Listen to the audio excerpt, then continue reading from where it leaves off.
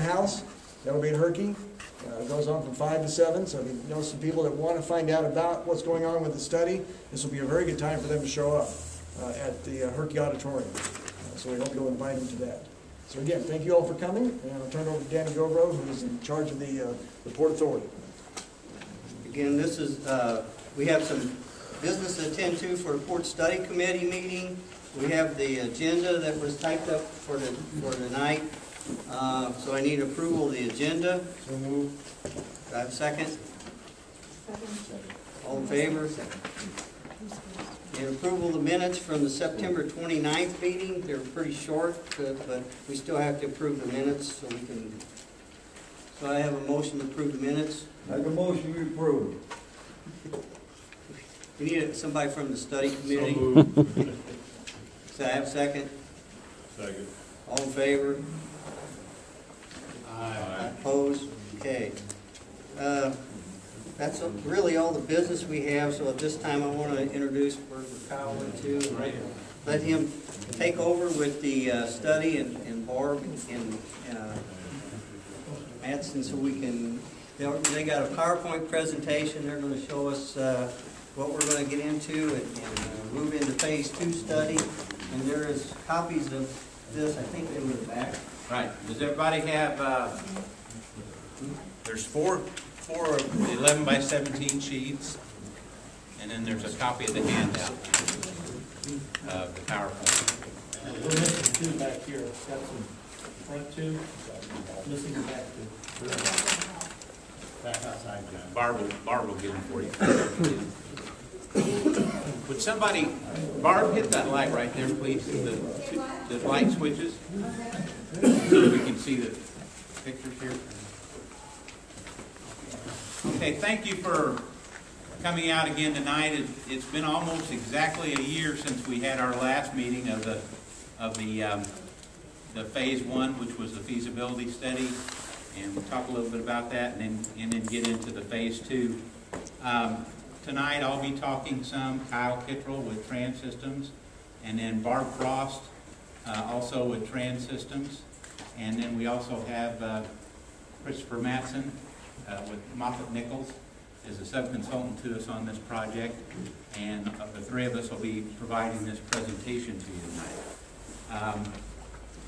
So we've had the welcome and introductions. Here's some of the things we're going to talk about tonight. We're going to talk about a little bit about the history and the objectives of this study.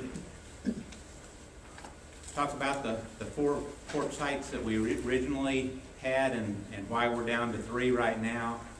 The market-driven uses, we expanded on the market analysis we did in the phase 1 report and provided some more information for you on that. The preliminary environmental review, we've done that now, had a look at that, talked to a lot of agencies, we'll explain that to you. Recommendations on the development plan, that's Christopher will get into that. And the cost and economic benefit, summarize that.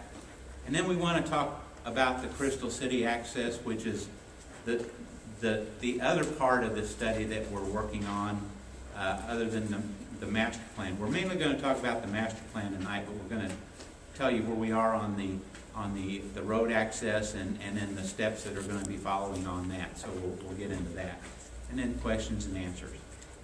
So a little bit about the history. You remember last year we talked about we actually started out with the feasibility study in phase 1 with Doe Run Company started off with doing a separate feasibility study. The Port Authority got into this a little bit later, and we added on the other part of the Jefferson County to look at that, and wound up as a result of that with you all involved, the cities involved in this, of developing a feasibility analysis that showed that yes, this is feasible to have a port in Jefferson County, and it is an economic benefit to the county. And then we got into phase 2, and really this group that we had working on separate studies came together, and now we're really working on one study for Jefferson County. And Again, we have all the same players involved, all the same people, but just one study. And the recommendations from this will be the development plan that combines these efforts into a single master plan for Jefferson County ports. That's what we wanted to do with this.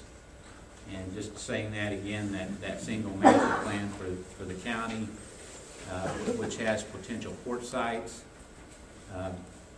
transportation improvements, mainly for Crystal City because Pevely and Herculaneum have access, estimate of the cost, and then also update the economic impacts. What's that going to be for the county? And then look at how that all fits together in one master plan, how we can do this so that it's one process, and also, you know, if somebody comes along, how do we determine where that particular development, business, whatever it happens to be, where do they fit into that master plan? Okay, the port sites, if you remember last year, we were looking at Pevely, Herculaneum, Crystal City, and Little Roach. And we looked at those lands. In this phase, we've actually sat down and we've talked in more detail to Dow Chemical. Of course, we've been talking to Doe Run, beginning to talk to the owners of this site here, and we've also talked to Bucci about their land down there. And we've taken the Roach site out of the study because Bucci told us that, you know, they purchased the land about 4 years ago, and they have not determined exactly what they want to do with the land yet, but they do want to reserve it until they figured out whether they're going to do any type of mining on the land or not. So right now they're not interested in a port down in that area. They have a little port of their own. So we've taken that out of the study and just focusing on these three sites here. Okay, next we get into the market-driven uses, and Christopher's going to talk a little bit about that.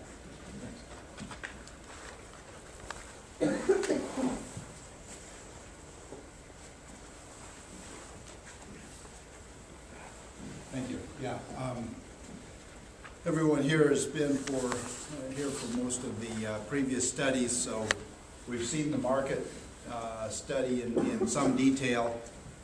A few things I'd like to recapture from the initial presentations, initial studies, and one of the main ones is that the market for riverborne cargo in the St. Louis area is a mature market.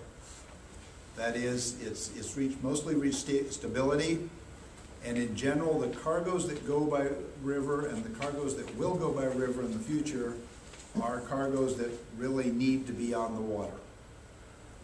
So although there is potential for growth in the market, it's not going to be a skyrocketing growth. That said, over a long planning horizon, and that's 30 years in this case, there will be substantial need for new facilities. So in phase one, we did a preliminary overall of the market assessment. In the second phase, we've gone in and done more specific interviews. Let's see if I can do this without turning the machine off, or, yeah, there we go. All right.